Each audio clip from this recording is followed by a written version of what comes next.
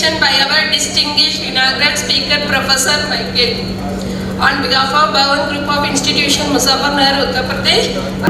Okay, sir, now you can start your presentation. We are waiting for you. Thank you. Okay, sir. Can you show my slides on the screen, please? Yes, sir. We are hearing. Is that finished now? No more questions? Yes, sir. Can you see that? Yes, sir. Visible. Good morning. Can you see the slides? Yes, sir. Yes? Yes, sir. Thank you. Well, thank you very much for the invitation to present at your international conference. It is a wonderful honour to be asked to do this. I'm going to share with you this morning our development of data on the development of a vaccine to prevent rheumatic heart disease and streptococcal pathology.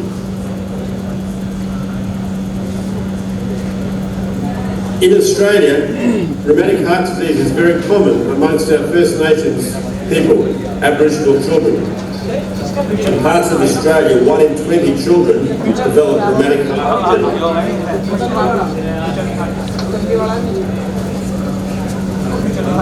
There are over 34 million cases of rheumatic heart disease in the world, and in India, in 0.15 per thousand children have rheumatic heart disease. This slide shows the heart of a child who died of rheumatic heart disease, and you can see the heart is greatly enlarged and in heart failure. Rheumatic heart disease is an autoimmune disease affecting the heart that develops after an infection of the tonsils, tonsillitis, by Streptococcus A, group A, Streptococcus, common cause of tonsillitis. It occurs in about 2 to 3% of children who develop tonsillitis. They will get rheumatic heart disease, this disease here.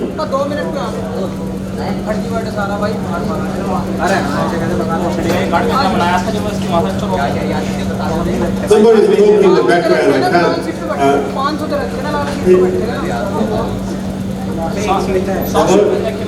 Hello? Hello? Yes, sir? Hello? People are talking in the background, I can't. Can you hear me? Yes, sir. We can. Okay. Children who get rheumatic fever also get a disease called rheumatic chorea, which affects the brain and their coordination. So this little girl here had streptococcal tonsillitis, then she developed rheumatic fever. And you can see here, I'll just share it in the video.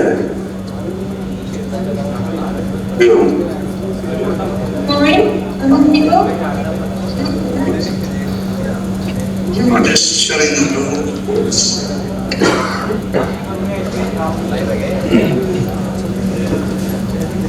Good, Jason. That's great. Now, would you do this for a few minutes, all right? Thanks for doing this. Now, I want to do, see how well you can write your name now. And when we start, you can get to the right name again, see you better.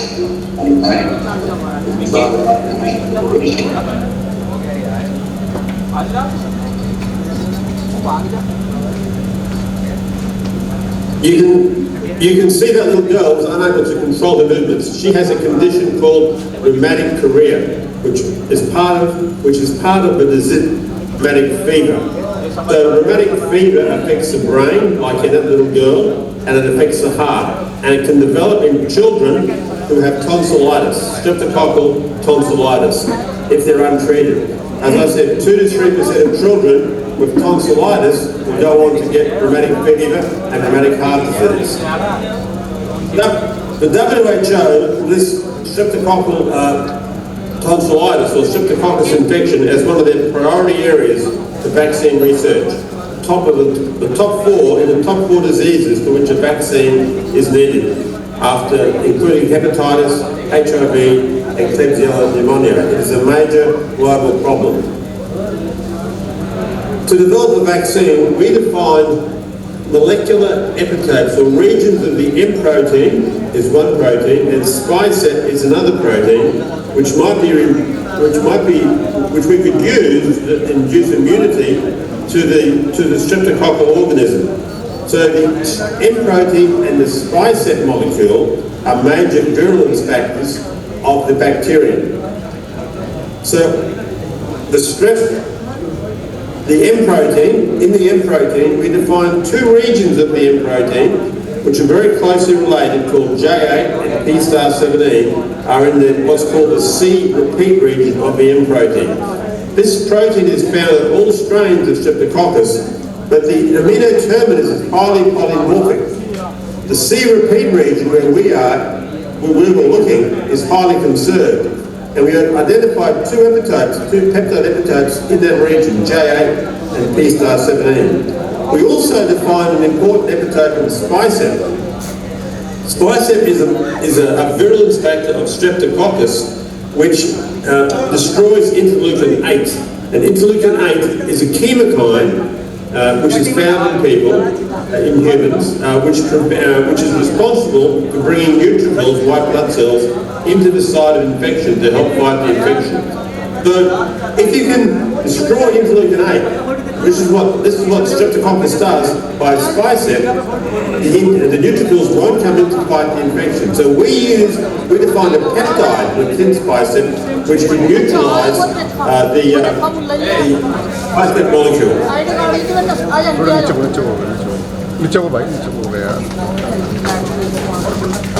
So we believe that a peptide vaccine is required to prevent streptococcal infection. And why do we want a peptide vaccine? A peptide, as you know, is a small sequence of amino acids, part of a protein.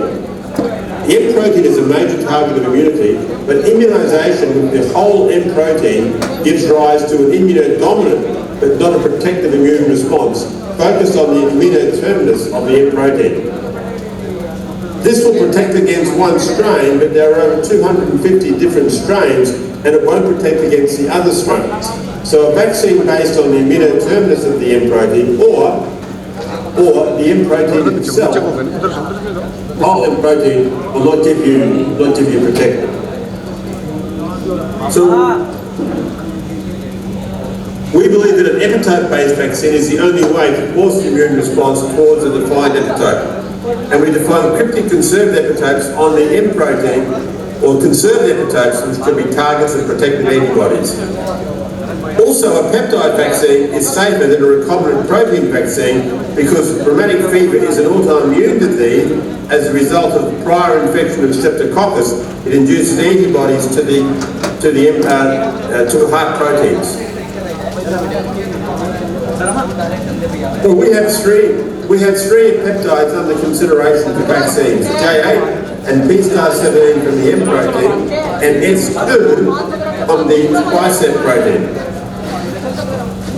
We've made vaccines as such. We've chemically conjugated J8 and S2 to CRIM, which is a diphtheria toxoid analogue, and mix that with alum. Or we've conjugated P star 17 and S2 to CRIM and mix that with alum. So this gives us two peptide conjugate vaccines based on the M protein and spicep. This one based on the M protein and this one based on spicep. And they're mixed with alum, or L-hydrogel, which is an immune adjuvant. And we give the vaccine by 3 intramuscular injections. In preclinical models, we've shown very strong protection against upper respiratory tract infection and invasive disease following challenge of mice which were vaccinated. This is the % reduction in colonies in... what happened there? Can you see the slides all right? Yeah, sir. Hello? Can you see the slide? No, it is not visible clearly. It's all covered in white and red and black lines in my slide. Can you see it? Same here, sir. I'm going to stop sharing and start again, if I may. I don't know what's gone wrong. Let me stop sharing and I'll share again. Okay, thank you. So we're seeing a very good reduction in very good protection against streptococcus in our preclinical or mouse model. We found that in the mouse model, the protection lasts for at least 9 months following vaccination, which is a long time in the life of the mouse. This is looking at the number of colonies that develop in the throat swabs, the nasal associated lymphoid tissue of the mouse, which is equivalent of human tonsils, or the lungs, following vaccination or placebo vaccination, which is just naive mice. And you can see there's a greater than 90%, 99% reduction in the bacterial burden, and a reduction in clinical scores of mice which have been vaccinated and then challenged with streptococcus. The epitopes in question, and this is the J8 and the same for P*17, is cryptic. That means that following a natural infection, they are not seen by the immune system, and we show that here. In panel A, we vaccinated mice with 4 sequential infections of the NS27 strain of strep. And you can see at the bottom here, no antibodies developed to J8. This is a very important finding. This shows that the peptide is in fact cryptic following infection. And because it's cryptic, it's not under immune pressure. And because it's not under immune pressure, it is highly conserved. And that is what we found. But when we vaccinate mice and then challenge them, here we're giving mice 3 immunisations with J8 conjugated to diphtheria toxoid, which is like cream, mixed with alum, and then give them sequential infections, 4 different strains of strep.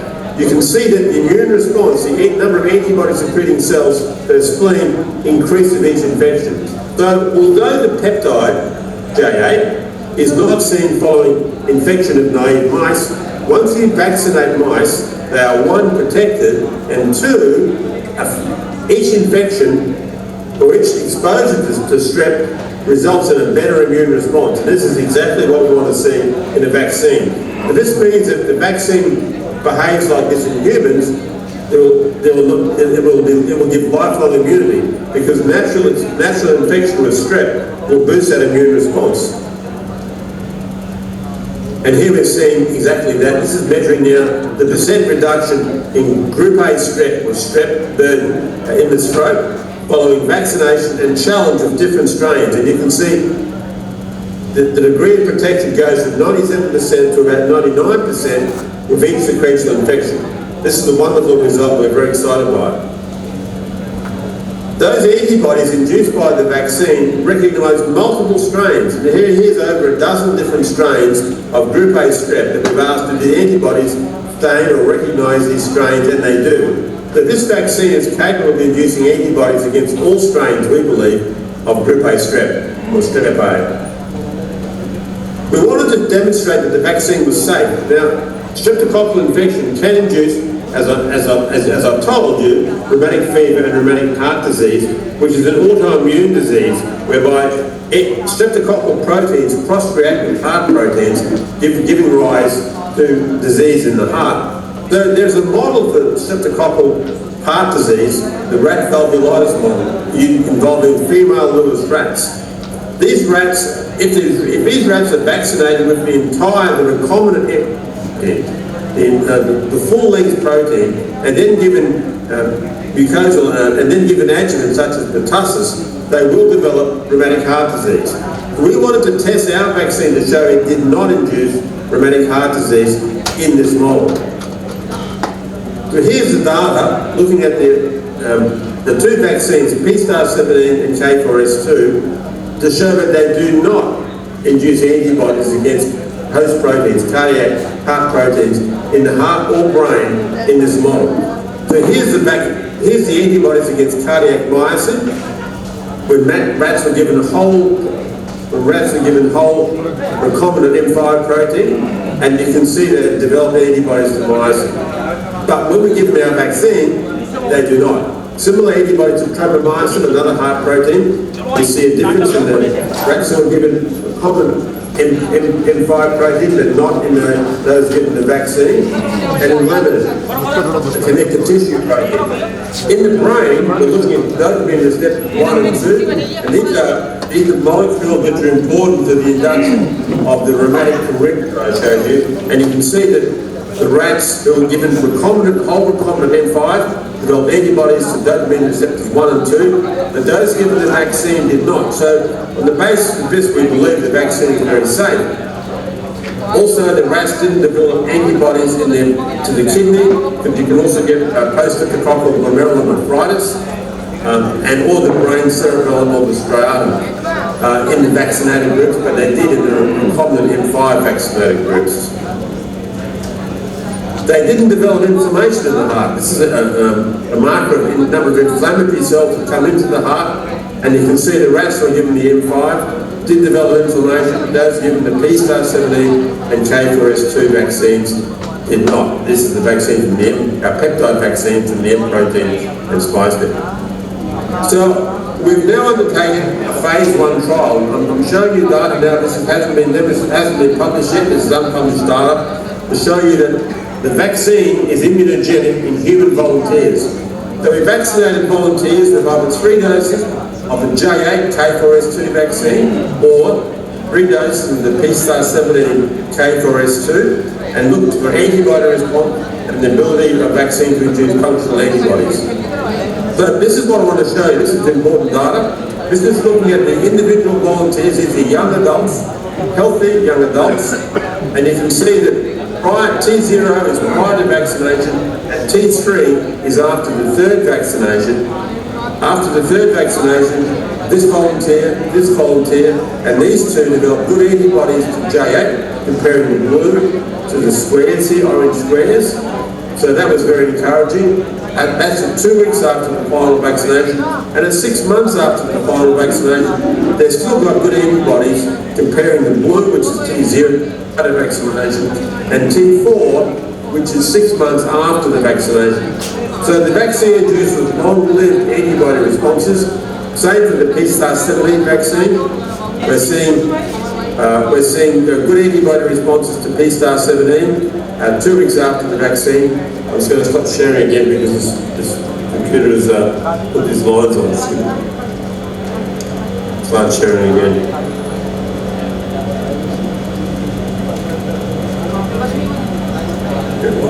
So now we're looking at a functional assay for killing. It's opsonophagocytic killing, OPK, where you mix the bacteria with antibodies, and then you add in complement, and then you add in a source of neutrophils or differentiated cultured neutrophils called HL60 cells, and then you measure the ability of those antibodies in the presence of complement and the neutrophils to kill the bacteria, and you plate them out on a plate and you count the number of colonies. And what we see here, if you look, for example, at a dilution of, say, 1 in 10 of the serum, this is the number of colonies in the presence of positive control serum, which in this case is serum, vaccinated with the whole M protein. And you can see here the number of colonies is about 50, whereas the control in the pig rabbit has over 200 colonies. As you dilute the serum, obviously the killing goes down, and then you get to what's called an opsonic titer, where the number of colonies found in the rats who are given the serum from the diluted serum from rats who are immunised versus the diluted serum from naive rats are the same. This gives you the opsonic index, or the opsonic titer. And then what we see here, in 3 volunteers that we've tested, the titers go from T3 at 2 weeks after vaccination to T4 at 6 months after vaccination. They increase significantly. So this vaccine is able to induce antibodies in volunteers which can kill bacteria. Now, that's very exciting, and we're now proceeding to another trial where we'll vaccinate volunteers, and then we will give human volunteers and then give them a deliberate injection to show that they are protected and test whether they're protected against streptococcus rheumatic heart disease. So that's how we're testing the rheumatic heart disease vaccine, seeing whether it will prevent streptococcal tonsillitis. Now I want to change topic slightly and share with you some recently published data on an immunotherapy for acute rheumatic fever, which was led by Aileen Lepedia, a postdoctoral fellow in my laboratory. So this is again going back to the rat model of rheumatic heart disease, where we can induce rheumatic heart disease in rats following streptococcal infection or exposure to whole recombinant M protein. And we're going to ask, how can we treat that once it's developed? Is there a way to stop the progression of rheumatic fever and the heart disease that follows? So, to induce rheumatic fever and rheumatic heart disease in rats, you first of all inject them with recombinant M5 protein. That's from the whole recombinant M protein from the streptococcus. You then give them various adjuvants, including bordetella, and then you boost them with the whole M protein in complete forms adjuvant. And then during at different times you take antibodies to measure, you take serum to measure antibodies in the blood, and you also do ECG to look at conduction abnormalities in the heart. We're looking this is the disease that causes rheumatic heart disease, and we measure antibodies in the brain as well, and we do functional tests to demonstrate how their brain is working. These are rats. So this is a demonstration we can induce rheumatic carditis, that's inflammation of the heart valves or of the heart in rats following this treatment with recombinant protein. And here our red arrows show where the white blood cells have come into the heart valve and are causing inflammation. This will result in scarring in the heart valves over time, and that gives you the heart failure, and that's why children die of rheumatic heart disease, die of heart failure. Now, rheumatic fever also affects the brain, as I mentioned, and we can model this in rats as well, because it affects their fine motor skills and their neurological behaviour. I just want to show you how we measure things like beam walking in the rat, and you can measure how long it takes the rat to walk across a beam, and you can see what effect. I'll show you the data later. See what effect that has. You can measure their obsessive compulsive behaviour by looking at how quickly or how interested they are in burying marbles. Rats are very clean animals in the cage, and they like to keep their cage very clean. And one of the ways they do that is excessive burying of marbles, and you can see here, and you can quantify how long it takes them to bury the marbles in their cage. And this is a very interesting test of obsessive compulsive disorder, which is also found in children who get streptococcal pathology in their brain. And it's one of the main causes of obsessive compulsive disorder. You can look at their fine motor skills, how they handle food. And I'll show you, you can quantify this, how quickly or how adept they are at handling their food. You can measure that. And then you can quantify all these things, and you can show that food manipulation is impaired here if they've had the whole recombinant protein. Their obsessive compulsive disorder is increased if they've been exposed to the recombinant whole streptococcal protein. You can see their beam walking takes much longer if they've had exposed to the streptococcal M protein, and their marble bearing, they're more excessively compulsive if they've been exposed to the whole streptococcal M protein. So this is a great model, or it is a great model for rheumatic fever and rheumatic heart disease. So how do we treat that? So this is the disease. Now, if you've got rheumatic fever, obviously the vaccine that we're trying to develop, if you can give it to children in advance, it will protect against this disease. That's our understanding. That's why we're developing a vaccine. But what about the children who already have rheumatic fever? It's too late for them to get the vaccine. So we're asking, can we change or modulate the inflammatory response in the heart and in the brain that gives rise to cross-reactive antibodies and tissue pathology? And one of the things we're looking to do this is what's called low-dose interleukin-2. Interleukin-2 is a growth factor for T cells. Now, there are different classes of T cells. And I wanted to sort of mention this to you. There are effector T cells, NK T cells, and regulatory T cells. And these express different interleukin-2 receptors. Now, the regulatory T cells, which are the cells that block inflammation, have the highest number of receptors on their surface, and they respond to low-dose IL-2. So if you give them IL-2, if you give a high-dose IL-2, all the T cells will respond. The NK T cells, the memory T cells, CD8 and CD4s, and also the Treg cells. But if you give a very low dose of interleukin-2, only the Tregs will respond because they've got the most avid receptors. That means you can expand the Tregs, but not expand the inflammatory cell levels, which is called pathology.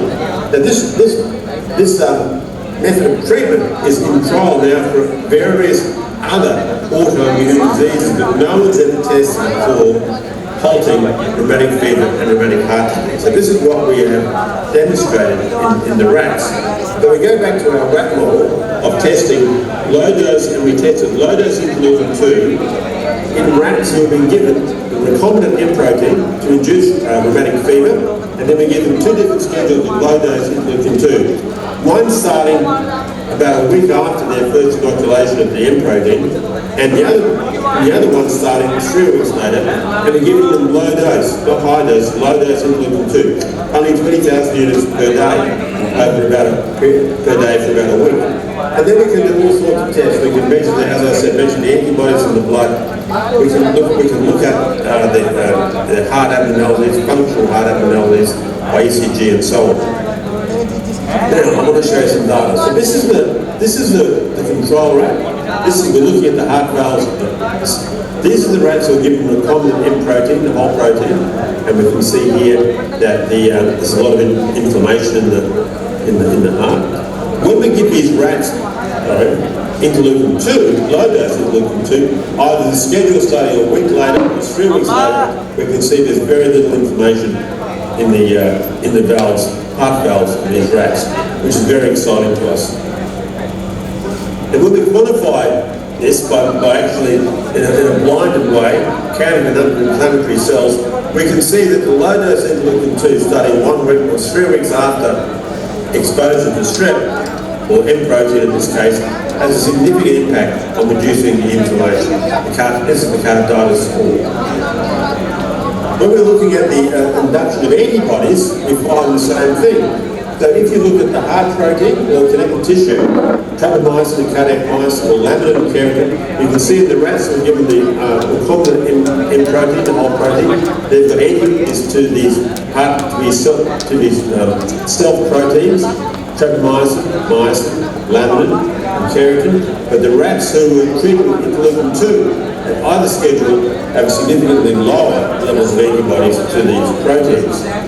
And when we look at the what's called the PR interval, this is the measurement that you derive from looking at the echocardiogram in these rats, and people the same. And you can measure what's called the PR interval, which is to do with conduction abnormalities in the rats. And you can see in the rats given the recombinant protein, there's an increase in the PR interval in all the rats. But the rats were given the interleukin-2, there was no significant increase in the PR interval at all. So that's very exciting to us. Again, looking at the brain, we're seeing now dopamine receptor antibodies in the rats given the M protein, dopamine receptor antibodies, lysoganglioside antibodies and tubular antibodies, but not in the rats treated, or much less in the rats treated with low dose interleukin-2. When we then look at the Treg cells, these are the cells I mentioned, they're important. What we're seeing is another fact, there are different markers for the Treg cells. We're seeing this is a control rat. Rats given the recombinant protein, the number of Tregs goes up a little bit, but not too much. When they get the low dose interleukin-2, the number of Tregs goes up a lot more. And this is quantified here. So what we're seeing is either day 8 or day 21, low dose interleukin-2 expands the number of Treg cells in the blood of these rats. And we believe this is why these rats who are treated with interleukin-2, low dose interleukin-2, do not develop antibodies to heart proteins and brain proteins, do not develop carditis, inflammation in the heart, and do not get all the symptoms of rheumatic fever. It does not expand the conventional T cells. This is important. The conventional T cells require high dose interleukin-2 to respond, but they don't respond to low interleukin-2. So we see no induction, no expansion of conventional T cells in the rats given the low dose interleukin-2. Only the regulatory T cells, which are anti-inflammatory. These conventional T cells are pro-inflammatory, the regulatory T cells are anti-inflammatory. So by treating a low dose of interleukin 2, we're able to expand the anti-inflammatory response, but not the pro-inflammatory response. So that brings me to the end of the presentation. I just want to summarise briefly. I said we have defined conserved cryptic, which means that they're epitopes on the M protein. Cryptic means they're not seen by natural infection, but they can, if you can make antibodies to them by vaccination, those antibodies will protect mice. The epitopes are immunogenic in humans. We've shown that in our phase 1 trial. They induce opsonic antibodies, and they do not cause heart or brain pathology in the Lewis rat model of rheumatic fever that I explained to you. A phase B trial will commence this year in Melbourne, Australia, followed by a phase 2 trial in about 1,000 children after the phase 1B trial. This is a trial where we vaccinate volunteers and deliberately give them a streptococcal infection and ask do they get tonsils. These are naive adults. Antibodies to these epitopes can treat established strep A disease. I didn't show you that data at the time, but I did show you this data here. Low dose interleukin 2 can halt the progression of rheumatic fever and rheumatic heart disease. But I just want to stop by finishing by thanking many people, including Manisha Pandey, who entered in my lab, Dr. Aileen McCledia, whose work I've shown, also other senior people in my lab, Simona Reynolds and Victoria Osberg, other people in different parts of the world, in Canada, Mike Outland, Montreal, in particular, Nat Thiessen and Rukshan Rafiq at University of New England in Australia have developed a rat model that we've used, and other colleagues elsewhere in Australia and internationally, and of course thank our many donors. Funding organisations, and I want to thank you once again for inviting me to this prestigious talk. It's a great honour. I'm delighted to have been able to share our data with you, and I would love to see you do so well, and the students do so well in their academic careers in pharmacy, research, and elsewhere. Thank you very much. Good afternoon everyone. It's my privilege to have the opportunity to deliver the vote of thanks. We are deeply grateful for the insightful and engaging presentation by our distinguished inaugural speaker, Professor Michael. On behalf of Bhavan Group of Institution, Muzaffarnagar, Uttar Pradesh, I would like to express our sincere gratitude to Professor Michael Good for sharing their valuable knowledge and expertise with us. Your presentation on this topic was very truly inspiring and informative, and we appreciate you taking your valuable time to be with us today, sir. I would also like to thank all of you for your participation and engagement throughout the presentation. Your presentation and enthusiasm have made this event successful. Thank you, sir. Thank you so much. Thank you.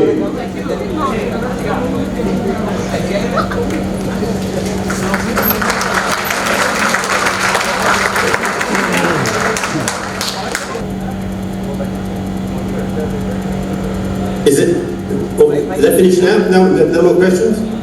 No, sir. Thank you. Goodbye. Okay, goodbye, sir. Thank you, sir.